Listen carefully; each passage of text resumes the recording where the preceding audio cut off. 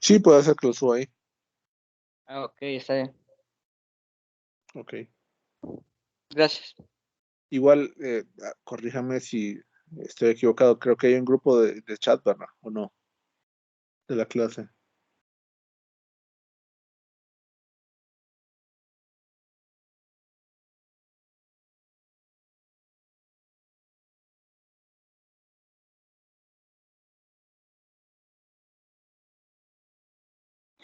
¿Recuerdan si existe este grupo de chat que está en WhatsApp o no? ¿O es algo que se hizo en el periodo pasado y todavía no recuerdo?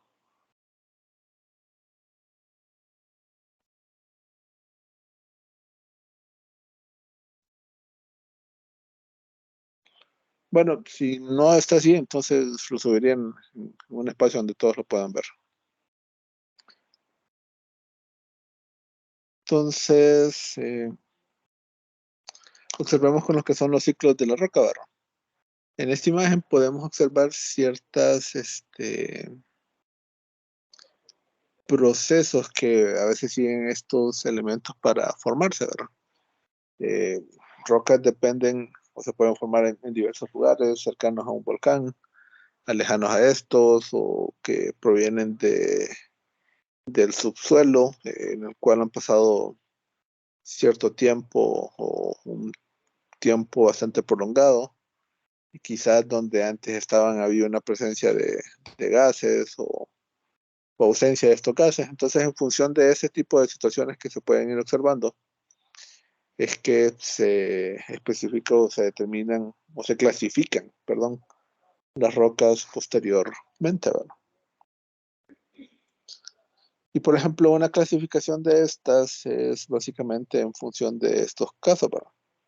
Por ejemplo, en ígneas o magmáticas, sedimentarias y metamórficas. Dentro de las ígneas pueden estar intrusivas o plutónicas e extrusivas, eruptivas o volcánicas. De las sedimentarias pueden ser dendríticas, orgánicas o químicas. Y de las metamórficas puede ser de origen ígneo o de origen sedimentario. Entonces, si analizamos esta primera división, o de esta división, las rocas ígneas, lo que sí podemos resaltar es que de ese tipo pueden estar presente o pueden presentarse, perdón, las rocas extrusivas o volcánicas, que son aquellas que, por ejemplo, se crean cuando el magma se enfría en la superficie terrestre.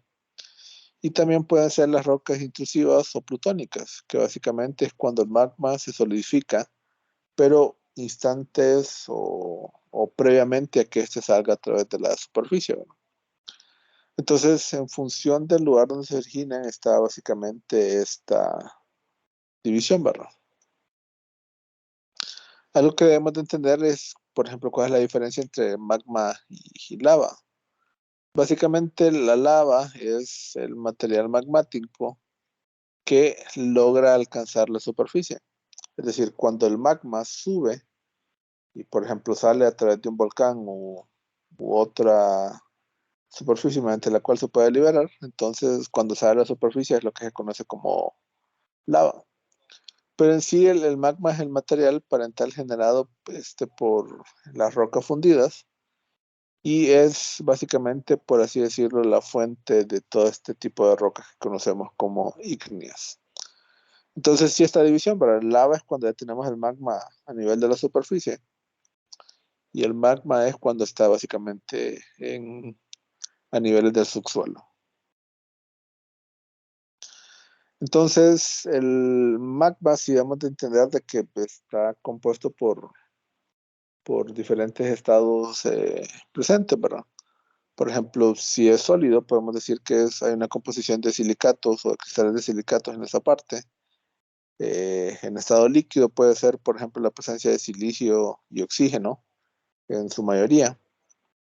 Y la parte gaseosa es básicamente vapor de agua, dióxido de carbono y dióxido de azufre, ¿verdad? Básicamente la presencia del dióxido de azufre es que le da ese olor característico que tiene, ¿verdad? Y dependiendo de la concentración que este tiene, entonces algo que nos puede servir para saber si estamos cercanos o lejanos a estos lugares es básicamente el dióxido de azufre. No sé si alguna vez les ha tocado visitar algún lugar donde hay aguas termales. Entonces, ese olor particular que tienen estas eh, sustancias o superficies específicas se debe básicamente al dióxido de azufre. Entonces, algo que tenemos que tener en cuenta es que eh, la mayoría de las rocas ígneas se generan procedentes de lo que es la fusión. Cuando estas están, por ejemplo, en la parte del subsuelo que forma parte del magma, este tiene como una forma, por así decirlo, líquida en la cual se va teniendo, ¿verdad? Pero a medida que esta material va subiendo a nivel, por así decirlo, del volcán, o en la parte superior a estos elementos, entonces esta va perdiendo esa condición que tenía líquida, se empieza como a enfriar y ya se empieza a solidificar. Y por ejemplo, a una temperatura ambiente, lo que termina siendo es como una especie de roca para nosotros. Entonces puede ser de que por muchos espacios o lugares donde podemos ver una roca, puede ser de que eso antes era lava y que ya las condiciones de clima o de clima en dicho lugar son completamente distintas, entonces por eso es que ahora podemos observar ciertas rocas específicamente en este lugar. Entonces, rocas ígneas, intrusivas o volcánicas, se pueden presentarse eh, muchas. Por ejemplo, esta que miramos acá, este basalto, básicamente ocurre cuando el enfriamiento se produce rápidamente en la parte superior del volcán, ¿verdad? Si observamos, no sé si se puede observar en esta parte, pero en la parte superior, ahí nos está indicando que es el lugar donde se puede encontrar este basalto, ¿verdad? Si observamos esta flecha. Entonces, en esa parte, si el enfriamiento ocurre bastante rápido, entonces se pueden observar basaltos de este tipo, ¿verdad? Si también, por ejemplo, cuando ocurre un enfriamiento, en este caso rápido, algo más rápido que el anterior, entonces se puede obtener este tipo de roca que está presente en esta parte, que sería una obsidiana o lo que podemos considerar como vidrio puro, producto o resultado del, del magma o del lava actuando en este lugar, ¿verdad? Si por ejemplo hay espacios donde no estaba tan concentrado el material y por ejemplo, como se puede observar en esta piedra pómez, es básicamente que tienen la consistencia donde había bastante eh, viento, ¿verdad? Entonces, debido a la presencia de estos situaciones que se pueden observar, se puede formar este tipo de piedras, que había bastante gas y naturalmente eh, ya un punto de temperatura en el cual el gas ya no está presente, entonces deja estos huecos en este tipo de rocas presentes. Y esto siempre en la parte superior de los volcanes se puede apreciar. Por ejemplo, ya este tipo de roca, el granito o de granos gruesos, está más presente en el interior de la Tierra. Y esta se forma específicamente por un proceso bastante lento, en el cual se van incorporando elementos y se forman estos grandes cristales.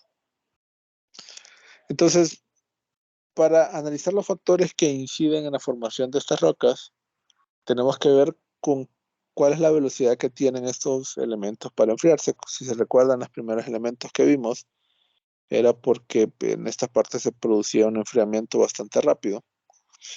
Entonces la velocidad del enfriamiento, si es muy rápido o si tarda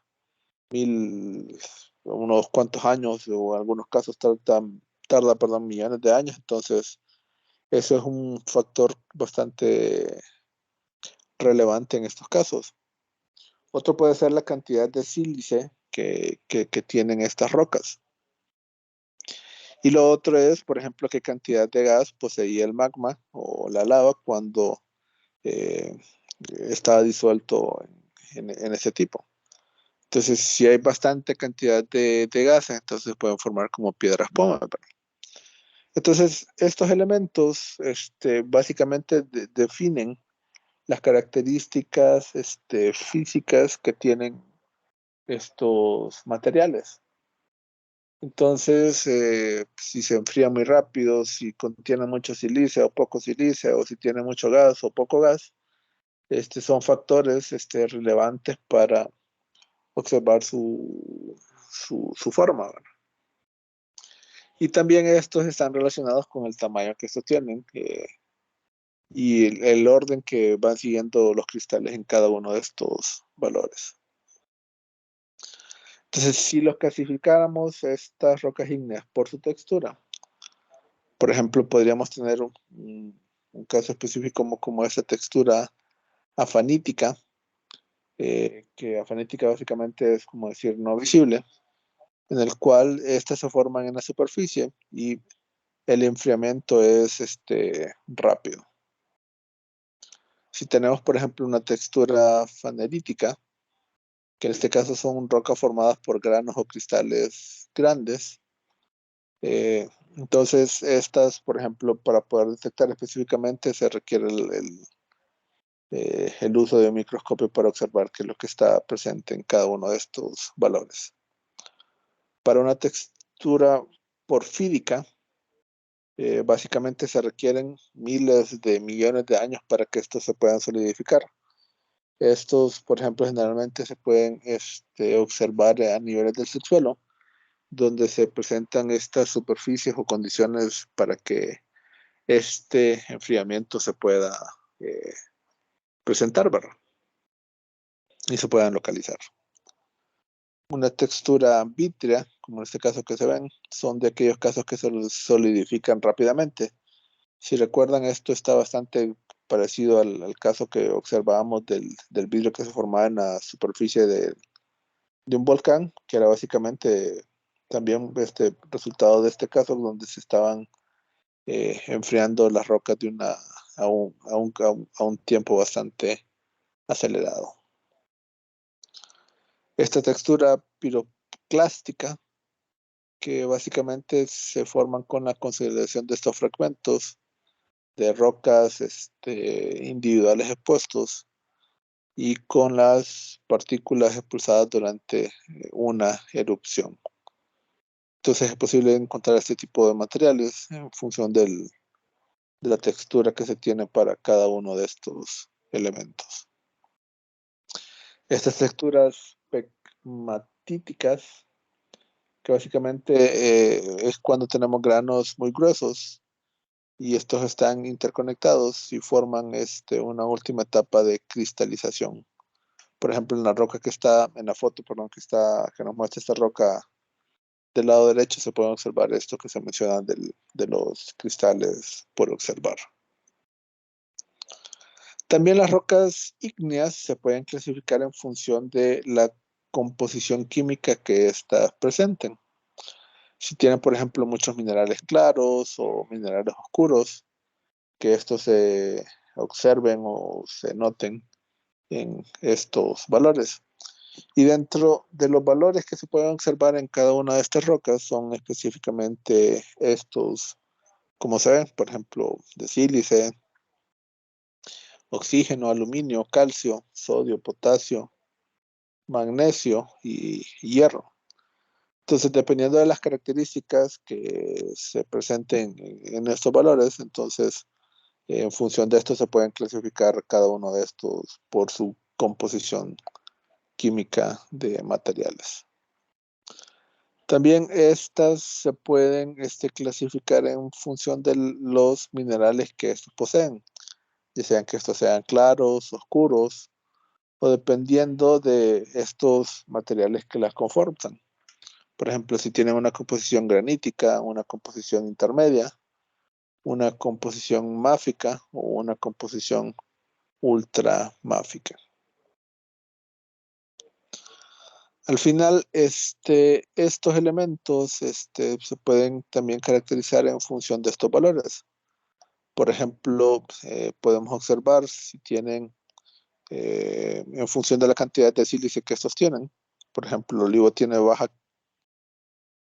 cantidad de sílice, pero por ejemplo, el cuarzo o el feldespacio potásico o la moscovita tiene un alto porcentaje de sílice, ¿verdad? Y de igual forma está como la cantidad de potasio o sodio que estos materiales pueden tener. Es decir, entre más ricos sean de sílice, de potasio o de sodio, entonces estos elementos tienden hacia este valor hacia la izquierda. Por ejemplo, termina siendo superficies como de granito o distórica andestina, ¿verdad? Pero si tienen muy poca cantidad, entonces sería gravo o basalto y periodotita en función de este caso, ¿verdad? Pero si observamos la tercera flecha, esta es a lo opuesto. Entonces, una de estas rocas puede tener mucho sílice y potasio y sodio, pero va a tener poco hierro, magnesio y calcio. O puede ser que tengan poco sílice, potasio y sodio, pero va a tener una mayor cantidad de hierro, magnesio y calcio.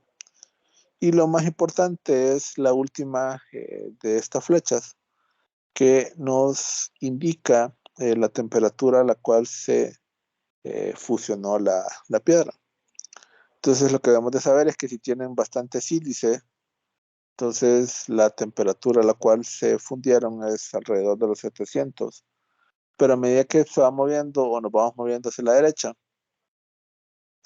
entonces sabemos que estas rocas muy cercanas en parte o parte derecha no van a tener mucho sílice, potasio y sodio, pero van a tener una mayor caracterización de hierro, magnesio y calcio.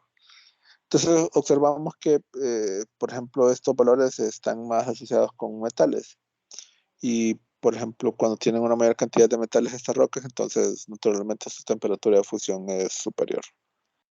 Y ya en esta parte podemos observar que estos valores se presentan en función del porcentaje de volumen que representan cada uno de estos materiales.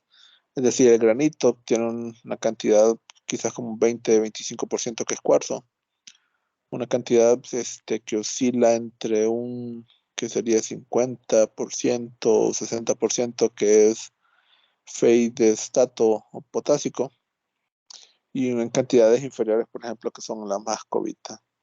Y estos valores se pueden ir variando, produciendo otros tipos de roca que se pueden ir analizando en función de este gráfico.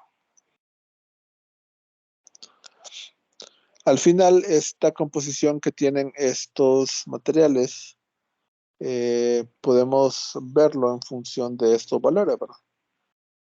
Los tipos de rocas ígneas que son ácidas tienen una mayor participación de silicio en su estructura.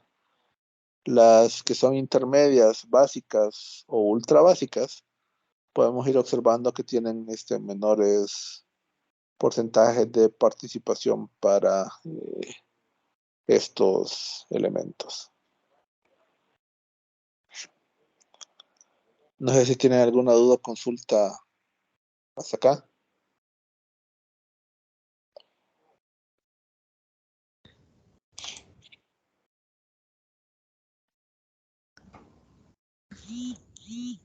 No, Lick. Ok, entonces quedamos aquí por hoy y continuamos en la próxima semana avanzando con las presentaciones. Todavía no estoy 100% seguro si la clase de la próxima semana eh, será el miércoles o jueves. Yo les confirmo a mitad de semana.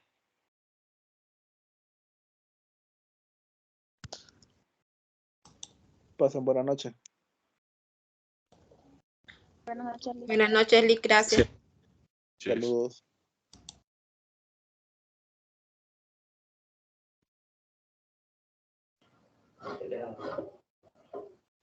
Cuando te ocupas,